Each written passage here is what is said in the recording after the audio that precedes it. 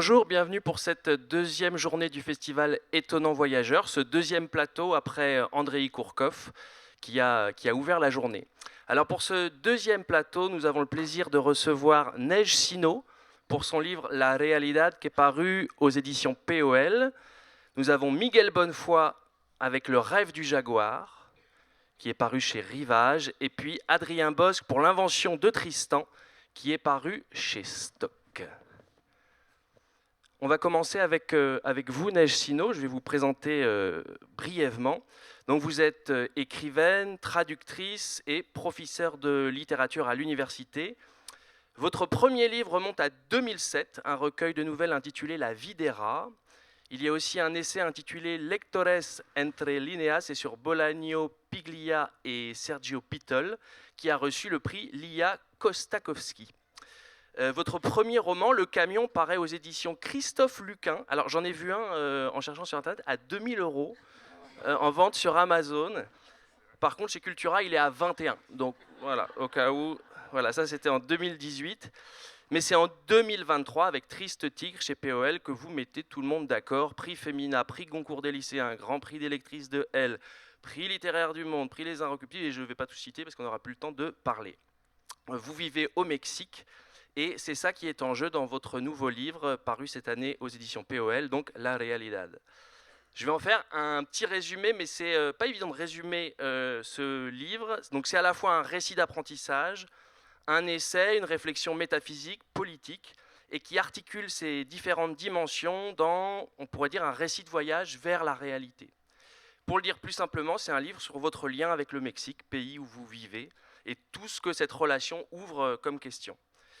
Et donc le livre s'ouvre par le tout premier voyage, le voyage par lequel vous découvrez le Mexique. Vous avez 25 ans, vous êtes étudiante aux États-Unis et vous partez avec votre ami Maga pour rencontrer les zapatistes et le sous-commandant Marcos dans un village nommé La Realidad, la réalité. Pour vous, c'est un peu flou. Vous suivez Maga et vous prenez pas la route la plus courte. Évidemment, ça se passe pas comme prévu. Et qu'est-ce qui vous apprend ce tout premier voyage ? Une grande question. Je ne sais pas exactement, c'est justement un peu pour ça que j'écris le livre. Qu'est-ce que j'ai vu ? C'est 4 voyages. Ça raconte d'autres tentatives d'aller dans cette région du Chiapas où vivent les zapatistes, dans les alentours d'un village qui s'appelle La Réalité où je n'arrive jamais. Spoiler, mais ça fait rien. Hein. Mon idée, c'est aussi d'essayer de comprendre quel est ce désir-là, pourquoi je veux retourner là. Parce que la première fois, effectivement, on y va un peu. Moi, en tout cas, j'y vais par hasard. J'y vais tirée par cette copine, et c'est aussi un livre sur l'amitié où je questionne beaucoup ces relations-là. Qu'est-ce que c'est ? Comment, à travers quoi on se construit ? Parce que c'est un livre quand même sur, comme vous disiez, un roman d'apprentissage sur 20 ans. Et une des grandes questions pour moi, c'est comment on devient qui on est, et que veulent dire ces liens-là, ces liens avec les autres. Donc le premier autre qui apparaît dans le livre, c'est cette copine qui m'amène. Et qu'est-ce que j'apprends ? J'apprends quand même pas rien. J'apprends pas rien, mais évidemment, comme dans tous les voyages, comme dans toutes les vies, j'apprends pas ce que je pensais que j'allais apprendre, sinon c'est pas la peine. Et donc voilà, là je peux pas spoiler ça parce que c'est tellement au cœur du livre, en fait. J'ai pas une liste de choses que j'ai appris. J'essaie de rendre compte dans la forme du livre de la texture de quelque chose que j'ai vu, la texture de quelque chose que j'ai appris. Et mon ambition, en fait, c'est que la personne qui lit le livre, elle passe un peu au travers de quelque chose qui ressemble à ce que j'ai vu, dans la forme, quoi, dans le genre de voyage qu'on fait dans le livre. Et donc, j'avais envie que, comme quand on a l'impression qu'on a appris quelque chose dans la vie, ou dans un voyage, qu'on a vu quelque chose d'intéressant, mais on ne sait pas exactement ce que c'est. Donc dans le livre, j'avais envie qu'à un moment donné, on se sente un peu perdu et on se dise, mais il va où ce livre ? Et on sent tout au long du livre que vous avez une quête de justesse, de chercher la place juste en permanence, à la fois dans ce pays et puis à la fois dans votre point de vue sur les choses que vous abordez. Vous n'arrêtez pas d'essayer de déconstruire peut-être le pouvoir d'hypnose qu'a votre propre livre. Et il y a cette femme Barbara, je crois, que vous rencontrez près du Chiapas, et qui tout de suite, en fait, vous renvoie à votre condition de blanche qui vient au Mexique, et elle met en relief, et il y a Leclésio aussi qui le fait par la suite dans votre livre, et qui questionne en fait cette problématique même du récit de voyage. Et comme on est dans ce festival dont c'est un peu le thème, je voulais vous entendre sur ce sujet. Qu'est-ce qu'il a de problématique du point de vue de Barbara, du point de vue de Leclésio, ce récit de voyage que les Européens font ou que les gringos, les Américains font quand ils viennent au Mexique? Oui, mais plein de choses, hein. Là, c'est vrai que ce personnage de Barbara, il me permet d'articuler autour de cette question-là qu'elle me pose. Enfin, c'est pas une question. Cette fille, la première fois que je la rencontre, et elle est notre lien vers les zapatistes. Donc c'est quelqu'un qui va quand même m'amener quelque part, mais elle m'avertit, et de façon un peu, elle se moque un peu, elle nous dit à la copine qui voyage avec moi et à moi-même, elle nous dit: vous ne comprenez rien. Et ça revient beaucoup dans le texte parce que je sais, et ça devient quelque chose dont j'ai envie d'avoir conscience, que quand je crois avoir compris, bien sûr que je comprends rien. Qui on est pour croire comprendre un pays, comprendre un peuple, même le sien propre, c'est absolument ridicule. Mais c'est quelque chose effectivement qui vient de la forme. Le récit de voyage en soi, il nous promet qu'on va comprendre quelque chose, il nous promet qu'on va voir quelque chose, il nous promet qu'on va voyager. Et j'avais envie de m'inscrire dans cette forme qui promet un rythme, qui promet quelque chose de joyeux, d'assez heureux à la lecture, et en même temps d'être toujours conscient que ça peut m'amener vers quelque chose de faux. Ça peut m'amener vers... Baudelaire nous avertit aussi dans le poème Étonnant voyageur, j'imagine que vous le relisez à chaque fois que vous venez au festival. Cette phrase-là, Étonnant voyageur, dites qu'avez-vous vu? Et il se moque de ces voyageurs qui rentrent et qui font semblant de compter monts et merveilles de ce qu'ils ont vu, parce qu'en vérité, ils n'ont rien vu.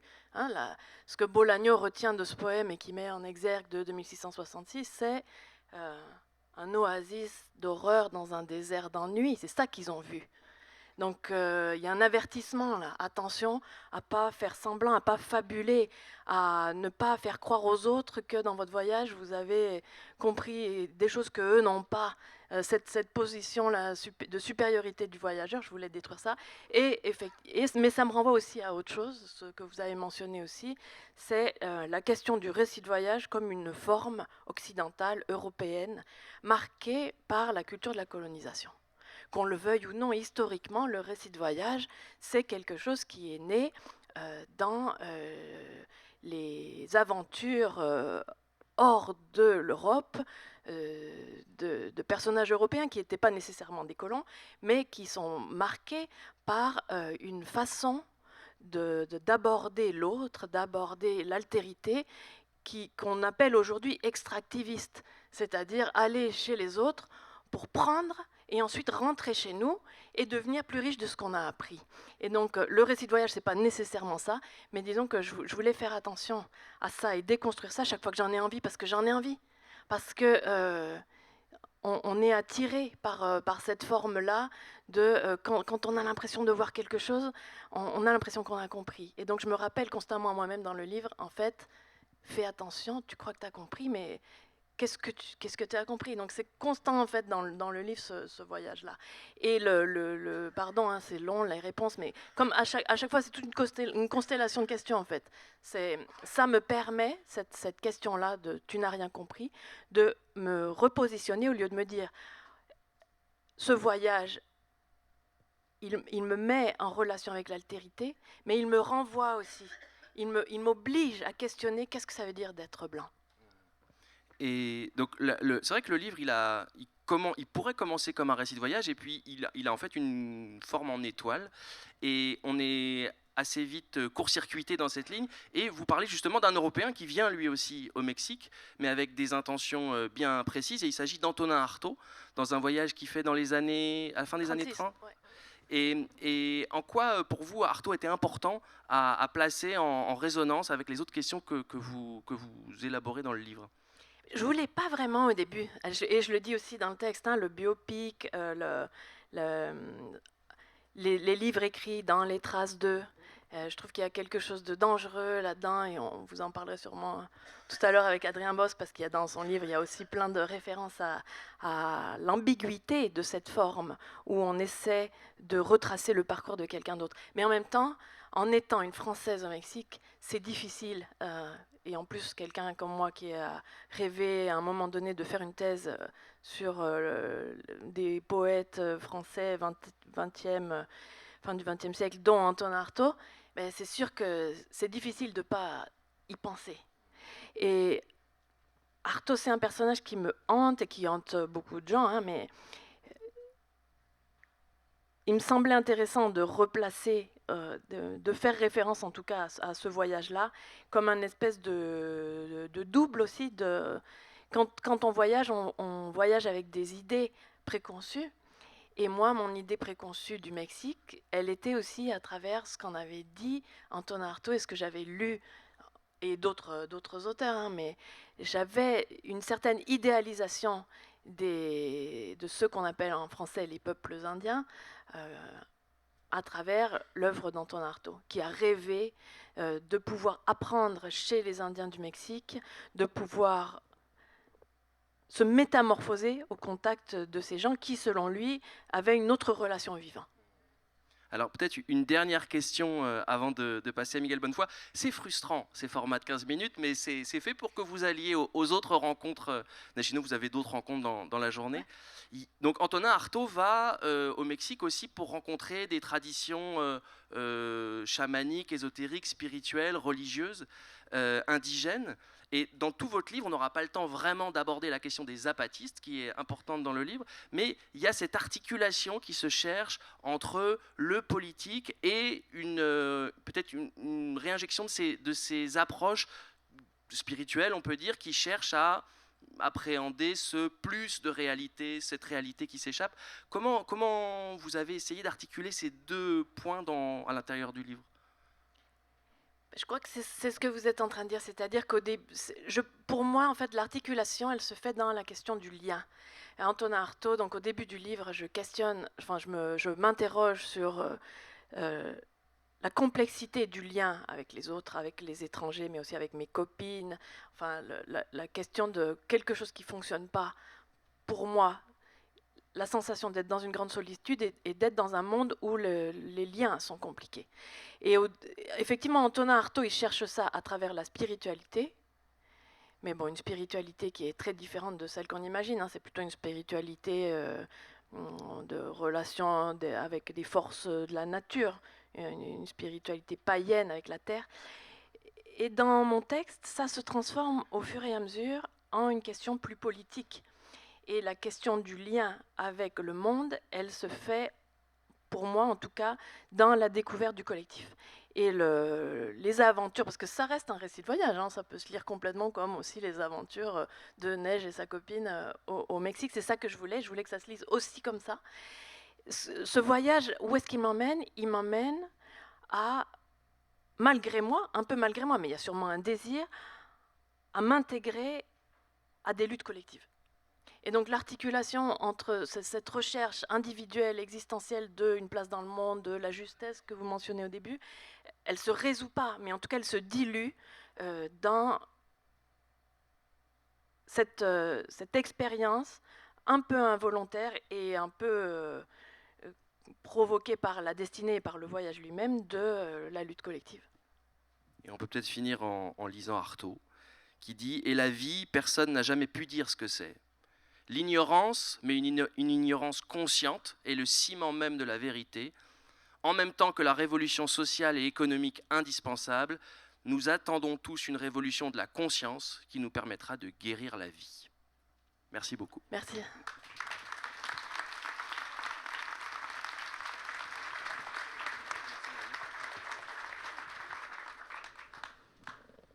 Alors, direction le Venezuela, avec Miguel Bonnefoy. Bonjour Miguel. Bonjour Anne, comment ça va ? Ça va très bien, merci. Alors, vous êtes lauréat de nombreux prix, et Le Rêve du Jaguar, a été lui-même très remarqué lors de la rentrée littéraire 2024.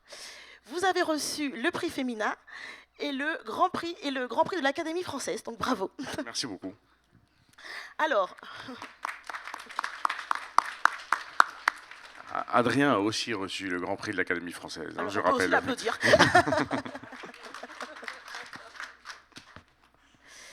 Alors, Le Rêve du Jaguar, c'est une fresque familiale foisonnante.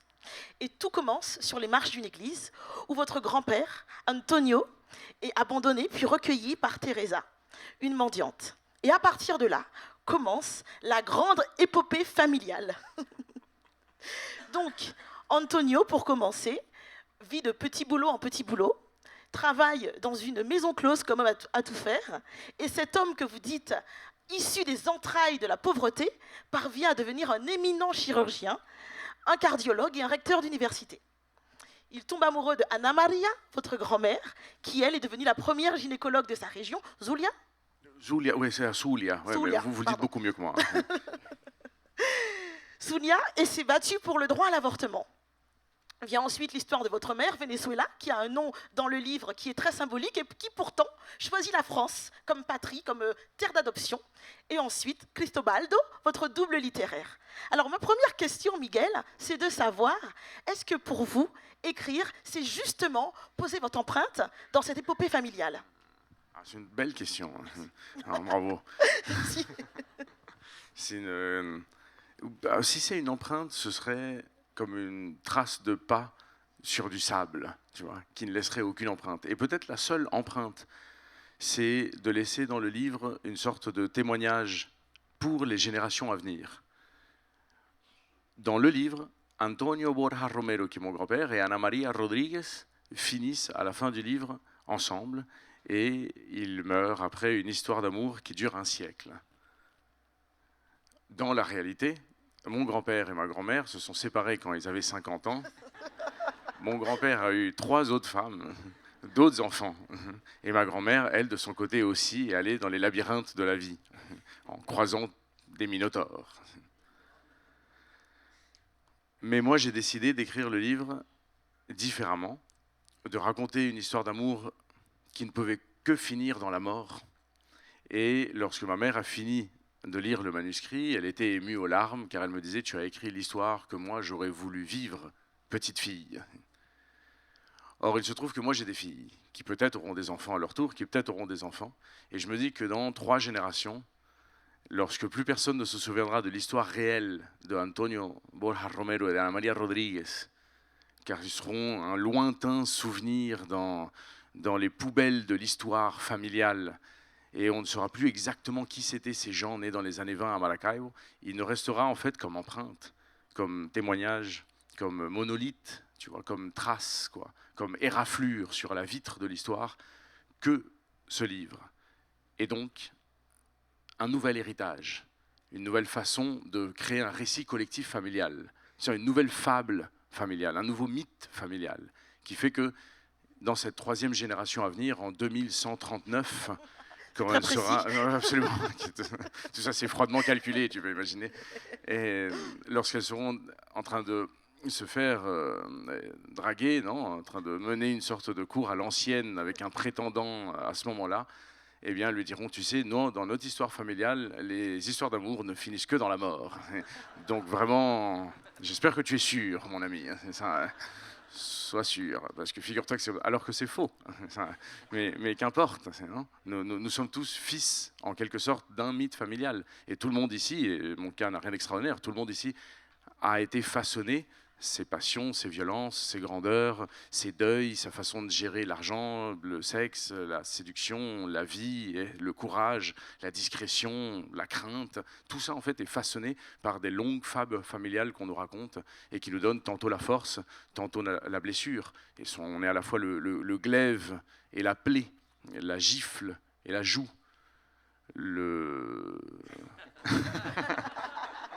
L'Adrien et le Bosque. Enfin, on est finalement tout ça ensemble.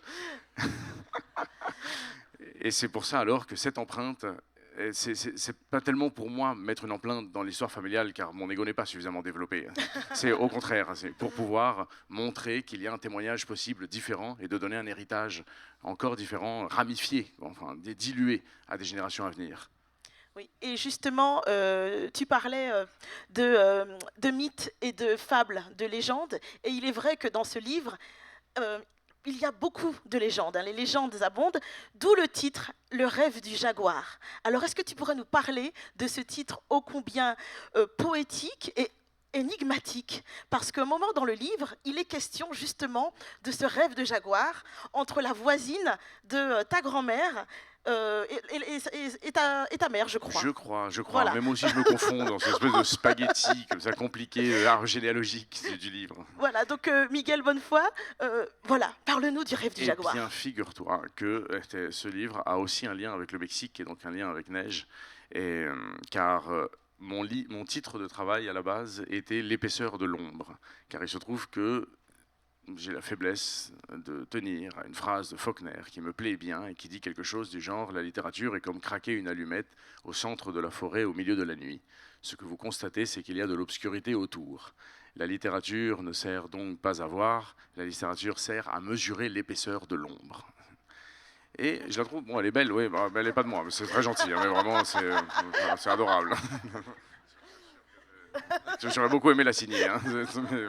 Se trouve que... Et donc j'avais décidé tout simplement de faire un système presque de bouturage, non? C'est-à-dire que couper une petite partie de cette phrase, de la mettre en titre, et ensuite en exergue, en épigraphe, et la mettre au début du livre, comme Bolaño le fait avec Baudelaire. Or, il se trouve que, avec la maison d'édition, on en avait parlé, on avait trouvé que le titre était un peu sombre, et était un peu épais. C'est le cas de le dire. Mettait un peu d'ombre. Et à ce moment-là, justement, eh bien, j'étais au Mexique, parce que ma sœur habite au Mexique, et j'étais allé voir le musée de Diego Rivera, avec cette fresque sublime qui s'appelle El sueño de una tarde dominical, où apparaît les 5 siècles de l'histoire mexicaine dans une même fresque, qui va en gros depuis Hernán Cortés et la résistance indigène jusqu'à lui, en passant en effet par Porfirio Díaz, en passant par naturellement la révolution zapatista, en passant par Frida, en passant par toute l'histoire comme ça du Mexique. Et comment il est parvenu à lier, à cimenter, à faire un fil d'Ariane avec 5 siècles, avec 1000 histoires différentes et avec tout un grand chemin universel, il l'a fait à travers l'idée du rêve, el sueño, le rêve d'une après-midi de dimanche. C'est-à-dire que Hernán Cortés rêve de conquérir le Mexique et les indigènes rêvent de résister et de le voir partir. Zapata rêve de sa révolution, Porfirio Díaz rêve de son caudillisme et d'imposer son régime. Un enfant rêve avec des ballons qu'il voit, un ivrogne est en train de dormir et rêve d'une bouteille, et tout le monde, en quelque sorte, rêve de quelque chose. Et j'avais trouvé ça très beau, et c'est d'ailleurs pour ça, j'imagine que tu cites Le Clésio dans ton très beau La Realidad, c'est que Le Clésio, lui aussi, écrit un livre sur le Mexique qui est Le rêve mexicain.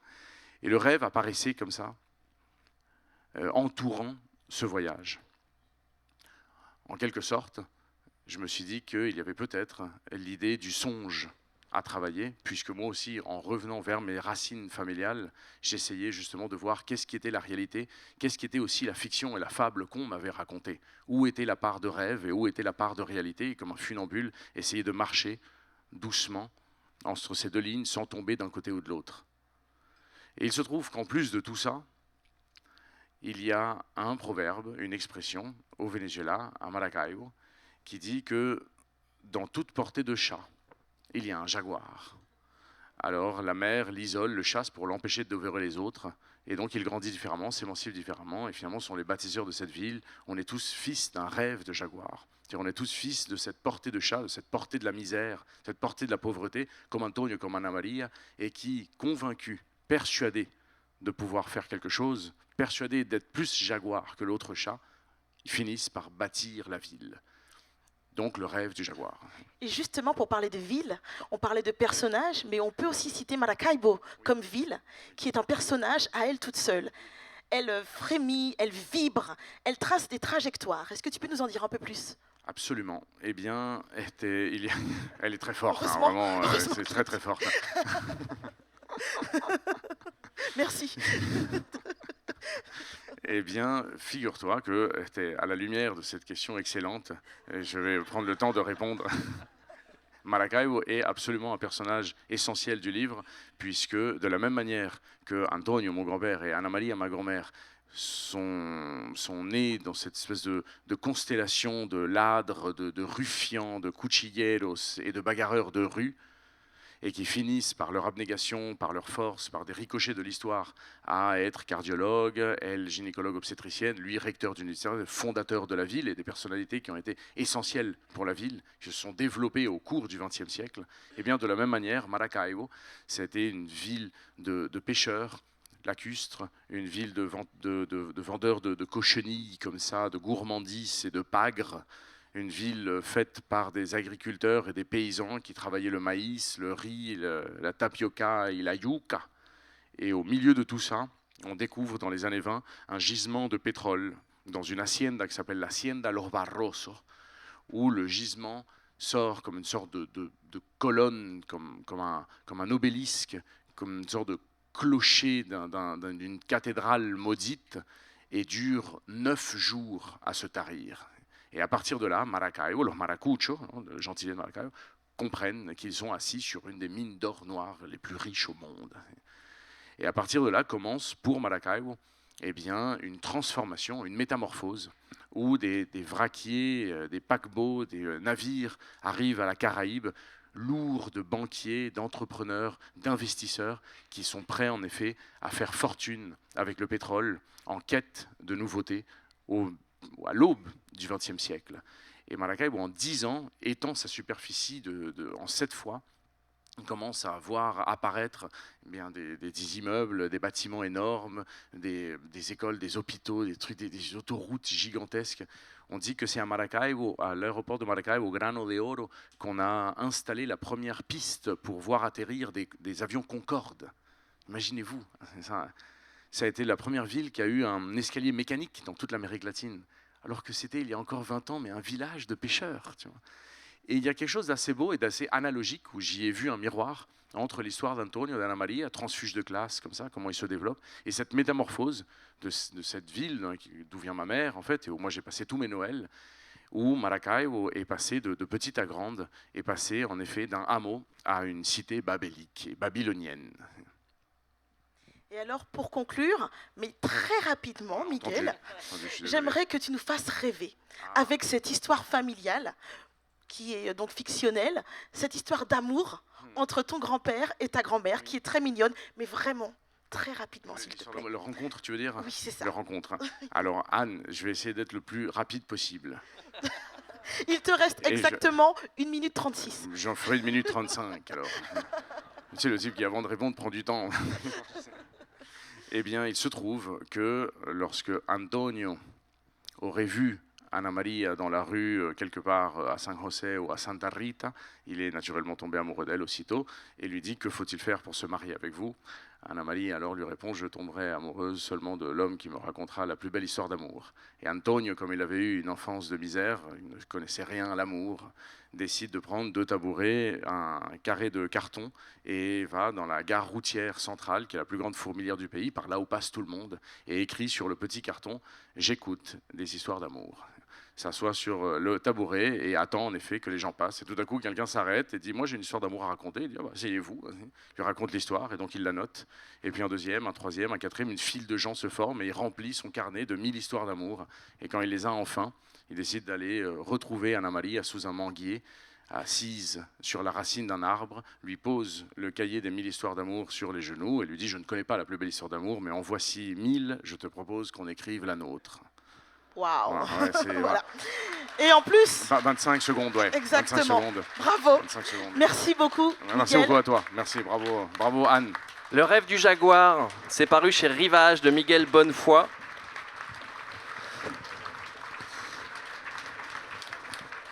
Et Miguel, vous serez un peu parmi nous aussi demain soir avec le livre de François-Henri Désérable, puisque vous y êtes, vous êtes cité dans ce livre, et ce sera l'occasion d'un petit jeu concours. C'est l'avant-dernier plateau demain soir, donc je fais un petit teasing pour que vous restiez bien jusqu'à la fin. Voilà. Maintenant, c'est à vous, Adrien Bosc, pour l'invention de Tristan, qui est paru chez Stock. Alors, Adrien, donc vous m'avez un peu spoilé avec cette histoire de Grand Prix, ça faisait partie de ma biographie, mais bon, je crois que l'histoire m'avait spoilé avant. Donc Adrien Bosc, vous êtes auteur et éditeur. Je vais commencer par cette seconde casquette. Vous avez fondé les éditions du Sous-sol, des revues, feuilletons et déports, où vous explorez les frontières entre fiction, journalisme et récit littéraire. C'est aussi le cas dans le livre dont il est question aujourd'hui. Et vous êtes aujourd'hui directeur général chez Julliard. En tant qu'auteur, vous avez fait paraître en 2014 votre premier roman Constellation chez Stock, qui reçoit le Grand Prix du roman de l'Académie française pour un premier. C'était envoyé directement. Il y a eu également Capitaine, puis Colonne en 2022 chez Stock toujours. Et vous revenez donc aujourd'hui avec ce livre, L'invention de Tristan. Donc tout à l'heure, Neige Sino jouait avec le récit de voyage. Vous questionnez la biographie et vous jouez aussi entre la fiction et la non-fiction. On va y revenir. Donc l'invention de Tristan, on peut dire que c'est une enquête biographique sous forme de roman dans lequel votre narrateur, un jeune journaliste au New Yorker, tente de reconstituer la vie de Tristan Egolf, auteur américain qui est l'auteur du Seigneur des Porcheries, livre culte en France mais un peu moins connu aux États-Unis. D'abord parce que peut-être tout le monde ne l'a pas lu. Est-ce que vous pouvez, avant de parler de Tristan Egolf, nous introduire un petit peu à ce livre, Le Seigneur des Porcheries? Bonjour, et merci de nous avoir fait dialoguer, parce que bon, c'est toujours difficile de passer après le maestro, mais je crois que le livre de Neige et l'invention de Tristan ont beaucoup à voir aussi sur la projection au-delà de l'onomastique, vers la réalité, mais aussi vers une narration collective, et aussi de quelle façon on chevauche des vérités. On ne constitue en plein comme ça une histoire, mais on ne fait qu'approcher par fragments, on ne fait qu'approcher par silhouette, ou comme tu l'as dit, par l'épaisseur de l'ombre, ce qu'on arrive à peu près à voir autour de soi en éclairant dans la nuit. Tristan Egolf, parce que je ne vais pas tricher, et Le Seigneur des Porcheries, c'est un très grand livre. Je le dis parce que ce qui m'a mu vers ce récit, c'est d'abord, et je pense que c'est ce qui m'évite d'être allé vers ce livre, disons, pour la voracité ou le côté carnivore vers la bonne histoire. Ce qui est justement la maladie aussi des journalistes et du New Yorker, c'est d'aller vers les bonnes histoires, comme s'il s'agissait là d'extraction, de gisements, il fallait les prendre.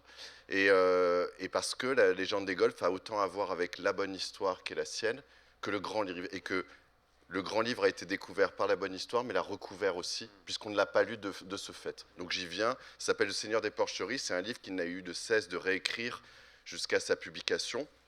Publication en France, chose étonnante, puisqu'il était américain, et que tous les éditeurs américains avaient refusé ce livre.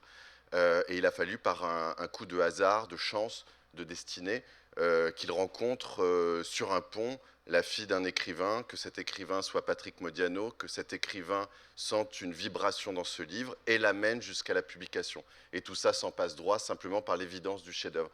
Ce livre, il est un chef-d'œuvre parce que c'est un livre d'abord, moi je crois, en tout cas c'est mon sentiment de lecteur, de déflagration et de livres anachroniques et de livres solitaires et de livres qui a inventé son propre monde tout en s'inscrivant totalement dans une mythologie familiale et de pays. Donc c'est l'histoire de John Kelter-Brunner. John Kelter-Brunner, c'est un peu un fils maudit d'un patelin du Midwest, de la Corn Belt. Ce John Kelter-Brunner, c'est un peu l'enfant maudit de ce coin. Il est le fils d'un couple dont le père a disparu, mort dans une mine. Et il reste pour le fils une sorte de figure comme ça, fantasmée, qui va un peu gouverner les premières années de son existence. Ce que l'on comprend dans le récit du livre, c'est dans la narration, c'est que ce n'est pas John Kelter-Brunner qui nous raconte l'histoire, mais c'est une série d'apôtres qui ont vu la révolution qu'a créée John Kelter-Brunner, qui sont là pour conter son récit, ce qui crée une petite obscurité au début, mais qui est en fait très forte d'un point de vue littéraire. Et donc ce John Kelter-Brunner va vivre dans l'ombre de ce père, essayer de recréer autour de sa mère la ferme familiale, et c'est une sorte d'enfant un peu fou. Je vous passe les détails. Il va subir la violence, la cupidité, la haine de tout ce village, de toute cette ville, parce que c'est aussi un livre sur les travers de l'Amérique. C'est vraiment un livre qui pourrait être lu maintenant aussi pour l'Amérique trumpiste, c'est vraiment un livre là-dessus.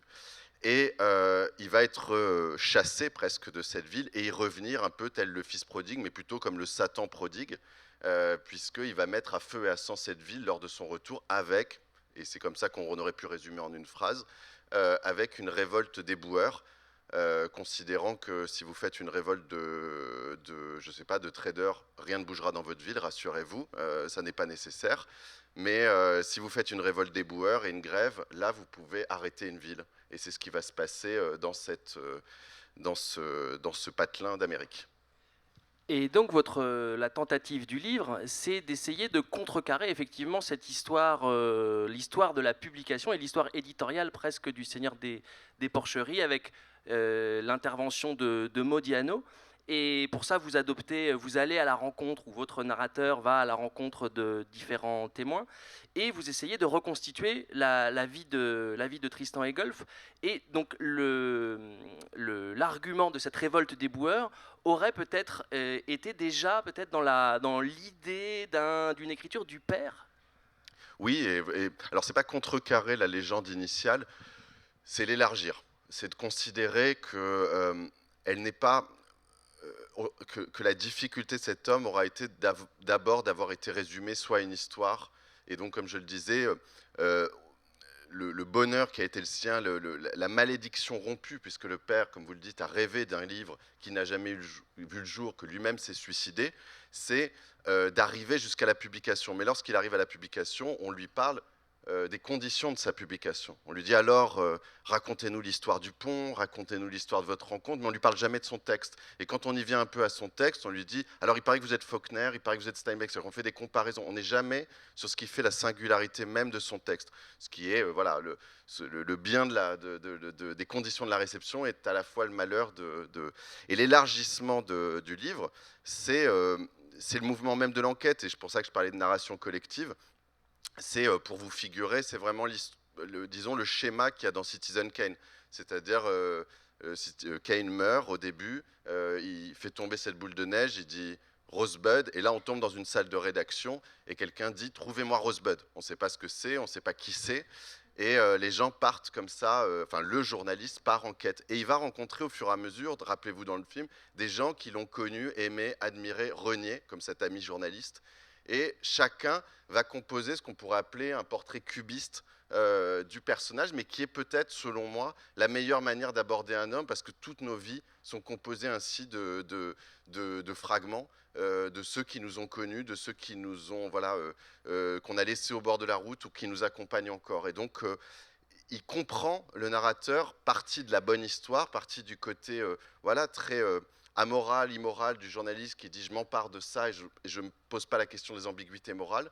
Il va rencontrer, et lui il va s'épaissir de toute la chair et de toute la violence, et donc ça devient un livre non plus sur Egolf, ça le devient bien sûr, mais sur la déflagration dans le cœur des vivants, dans qu'est-ce qui reste dans le cœur des vivants d'un disparu. Et c'est ça qu'il épaissit jusqu'à effectivement élargir aux États-Unis et tomber sur la clé, une des clés, parce qu'il ne faut surtout pas résumer la vie d'un homme à une clé, mais qui est que cette histoire, elle était aussi l'histoire d'un héritage, comme a pu le raconter aussi Miguel, l'histoire d'un héritage maudit, et du fait que pesait sur la réussite ou pas de cet héritage, la mort, comme vraiment une malédiction. Et c'est ce qu'il arrivera à dépasser, donc ce père maudit, et remimé dans le livre Le Seigneur des Porcheries, qui est donc, comme j'ai pu le décrire, l'histoire aussi d'un fils qui protège l'héritage de son père jusqu'à comprendre que cet héritage est volé et que ce père est médiocre. Et donc c'est aussi le mouvement de ce livre, c'est peu à peu d'effacer les mythes.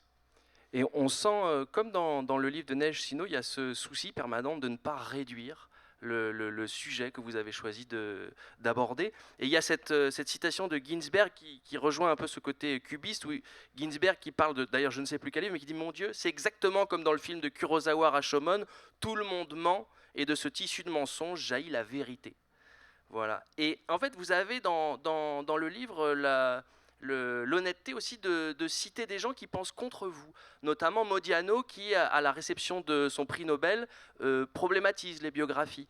Et puis il y a dans la même ligne votre journaliste du New Yorker qui reçoit sa correction par la fact-checkeuse du New Yorker et qui lui dit mais ça, est-ce que c'est vrai, ça, est-ce que tu aurais pu faire comme ci, comme ça, comme ça.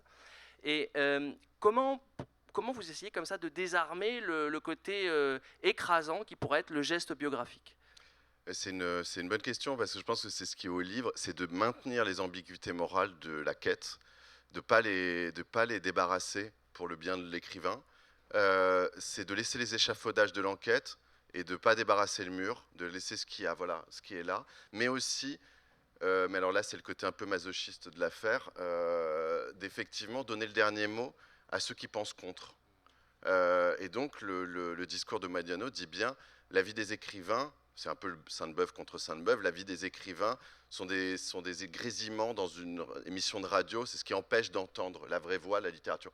Mais c'est d'autant plus, là je dirais pervers de ma part, c'est que la suite en fait du discours aurait pu être mis pour valoriser le livre. Mais je l'ai enlevé presque parce qu'il était trop en faveur du livre, puisqu'après Modiano dit oui, mais c'est dans l'enfance qu'on trouve, disons, ce qui irrigue l'œuvre. Évidemment qu'il pense pour son propre cas et il pense à un pédigré. Et il pense à l'importance qu'a représenté un pédigré par rapport à toute l'œuvre. Et évidemment, dans le cas des Golf, on ne peut comprendre les Golf si on ne perçoit pas ce qu'il y a de profondément américain. Et donc, sa légende parisienne qui était importante doit s'élargir, doit revenir à ses racines pour faire entendre pleinement aussi ce qui en fait sa spécificité et qui en fait son mystère. Un homme aussi mal fait pour la vie, un homme à côté, un homme dont l'œuvre même, la grande œuvre, ne sera lue, et pour l'instant n'est lue qu'en France, mais pas du tout aux États-Unis. Vous disiez à peine, elle ne l'est pas, c'est même pas imprimé, ça ne l'est plus. Et c'est une sorte de paradoxe fou. Un des grands romans américains, soyons chanceux, il n'y a que nous qui le connaissons. Et c'est en même temps un livre voilà, totalement isolé. Donc je voulais ce chemin, c'est pas un livre voilà, qui bombe le torse sur l'exhaustivité de la biographie, j'y crois pas à ça. Et ça tient à travers cette figure de journaliste une phrase de Janet Malcolm qui est un peu au cœur du livre, qui dit tout journaliste, s'il est un tant soit peu honnête avec lui-même, c'est qu'il fait un métier moralement indéfendable. Donc c'est aussi ce qu'il y a au cœur du livre. Le côté extractiviste dont on parlait tout à l'heure. Et on ne peut pas se quitter quand même sans parler un tout petit peu du jeu que vous faites sur la fiction, non-fiction dans le livre, parce que c'est vraiment au cœur aussi de votre geste. Vous écrivez « La vie est à ce point étrange qu'elle tire toute tentative de récit vers la fiction ». Et donc quand on vous lit, on a parfois l'impression que c'est une non-fiction écrite comme une fiction, parfois l'inverse, une fiction écrite comme une non-fiction. Vous êtes tout le temps sur la ligne de crête. Et donc qu'est-ce qui vous intéresse dans ce mélange et comment vous l'avez cuisiné ? Je crois que la littérature est le lieu de la complexité et que là, à travers ces questions de faits, de fiction et de cette espèce de jeu sur un fil, là se tient une complexité très grande. Et je voulais un personnage qui puisse tenir ça à travers son métier. Donc j'ai dit les journalistes, mais en fait il est apprenti journaliste et il fait un métier très étrange qui n'existe qu'au New Yorker et dans quelques journaux américains, qui est fact-checker, qui est vérificateur de faits. Donc il est à cet endroit précisément, et c'est pour ça que vous le rappelez, à la fin, le vérificateur va être vérifié. C'est-à-dire que quand il écrit son article, il y a un vérificateur qui va repasser sur son travail. Et ça, c'est quelque chose voilà, qui m'intéresse parce que je pense qu'on est aussi à une époque de post-vérité et que ces questions de faits, de fiction sont au cœur de nos interrogations. Et vous citez un passage qui est là grand... voilà, je spoil, mais c'est pas grave. Mais je me suis lancé dans cette enquête. J'ai créé le narrateur et eu l'impression de créer une fiction de récit, mais que ça a presque fortifié tout ce qui était vrai dedans. C'est-à-dire que je ne voulais pas mentir, je ne voulais rien inventer de ce qui allait s'introduire des faits rapportés. Et à la fin, ce qui m'est arrivé par la réalité était invraisemblable. C'est-à-dire que je ne pouvais pas le mettre, ça n'était pas possible. Je l'aurais mis dans le livre, vous n'y auriez pas cru et j'aurais cassé le pacte de lecture. C'est-à-dire que je termine mon livre, je le rends à mon éditeur, je me pose... entre autres, je vais rejoindre une amie dans un café et je suis en avance. Il y a une librairie à côté du théâtre d'Olédéon qui est une librairie américaine. Je m'y rends. Je cherche un livre pour elle, pour lui offrir, parce que je suis en avance. C'est un livre de William Carlo Williams que je ne trouve pas. Et j'arrive en caisse, lui ayant trouvé un autre livre de Denis Johnson. Je pose en caisse et je vois le manuscrit, le vrai, le premier, de Tristan et Golf sur le comptoir à vendre. Donc je demande à l'acheter, mais dans une sorte de frénésie un peu étrange. Et le monsieur me dit non, il est vendu. Et alors là, s'ensuit un dialogue de sourds, mais vendu à qui? Je ne vous le dirai pas, mais si vous devez me le dire. Et voilà, ça a duré 5 minutes, jusqu'à ce que je n'obtienne aucune réponse, mais que j'en fasse le seul élément de fiction dans le livre, c'est-à-dire que je fais en sorte que quelqu'un finisse par lui dire qui elle a acheté. Je ne vous dis rien là. Mais c'est un appel collectif. Si vous savez qui a acheté ce manuscrit dans cette librairie qui s'appelle San Francisco Books à Paris, s'il vous plaît, dites-lui de m'appeler, parce que je ne comprends pas pourquoi il a acheté ce manuscrit. Voilà. Merci beaucoup, Adrien Bosc. Ah, Parce que c'était, tu vois, ce que j'aurais dit, tu vois, dans la fin de ton histoire, c'est que si tu étais en chemin pour aller voir la copine, peut-être que c'était la copine qui l'avait acheté parce qu'elle était en avance aussi, tu sais, elle voulait te l'offrir. Enfin, tu vois ce truc un peu où l'un cherche l'autre. Enfin, oui, mais toi, c'est tes histoires d'amour. C'est des histoires d'amour, voilà, c'est des histoires d'amour. merci beaucoup. Je rappelle les livres: Adrien Bosc, L'invention de Tristan chez Stock, Miguel Bonnefoy, Le rêve du jaguar chez Rivage, et Neige Sino, La realidad chez Paul, P-O-L. Merci beaucoup.